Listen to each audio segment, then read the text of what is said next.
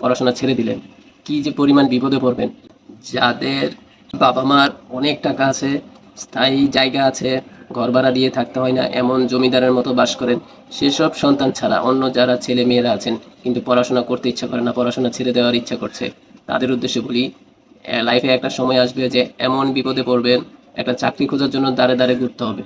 আর যদি পড়াশোনা থাকে, আপনার চিন্তা ভাবনা বুদ্ধিমত্তা দিয়ে আপনি নিজে আপনার নিজের কর্মসংস্থান করতে তো পারবেনই, একটা ভালো পরিমাণ ইনকাম করার মতো স্যালারিও পাবেন।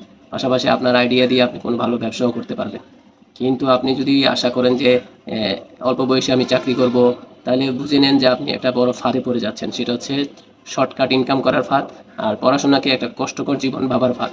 কারণ যারা পড়াশোনা করেছে তারা অন্তত নিজের ব্যাপারটা অর্থাৎ নিজের সম্মানটা বুঝে সমাজে চলার একটা রাস্তা উপায় সহজে অবশ্যই বের করতে পারে। কিন্তু যারা পড়াশোনা করে না, কোনো না কোনো জায়গায় তারা আটকে যায়।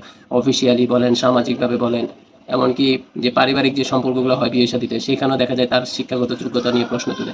তো আপনি যে পড়াশোনা ছেড়ে দিয়ে বন্ধু বান্ধবদের নিয়ে হইচই করতেছেন, আড্ডা দিচ্ছেন, পড়তে ইচ্ছা করে না, মা বাবার টাকা নষ্ট করার একটা ফন্দি করছেন, বা চিন্তা ভাবনা করছেন যে আমি পড়াশোনা করব না, বা পড়তে ভালো লাগে না, টাইম পাস করতেছেন, হয়তো কম পয়েন্ট পেলেন বা পড়াশোনা ছেড়ে দিলেন, কি যে পরিমাণ বিপদে পড়বেন তা এক সময় বোঝা যাবে যখন আপনার কর্মজীবন শুরু হয়ে যাবে।